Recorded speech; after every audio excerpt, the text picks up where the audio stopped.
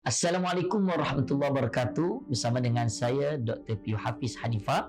Hari ini kita nak bicarakan tentang wakaf. Ramai orang fahamkan wakaf ni maknanya kita wakafkan harta.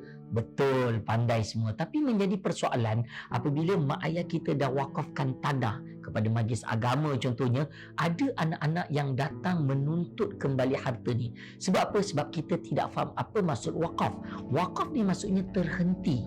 Boleh juga maksudnya berdiri, tapi lebih tepat dari segi istilah adalah kita melepaskan harta itu untuk digunakan daripada kegunaan individu kepada maslahah umum, maknanya untuk orang ramai. Jadi maknanya tak bolehlah kita nak tuntut kembali tuan-puan, sebab kita dah lepaskan harta tu, nak ambil untung dah tak boleh. Wakaf ni secara ringkasnya ada dua. Pertama wakaf am, kedua wakaf khas. Wakaf am ni terpulang kita nak berikan untuk apa-apa boleh.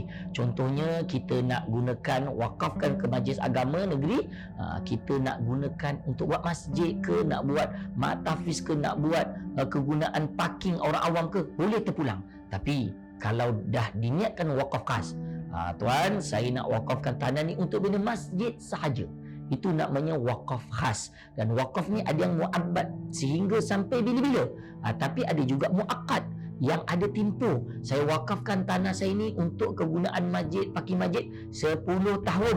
Jadi dia ada tempohnya.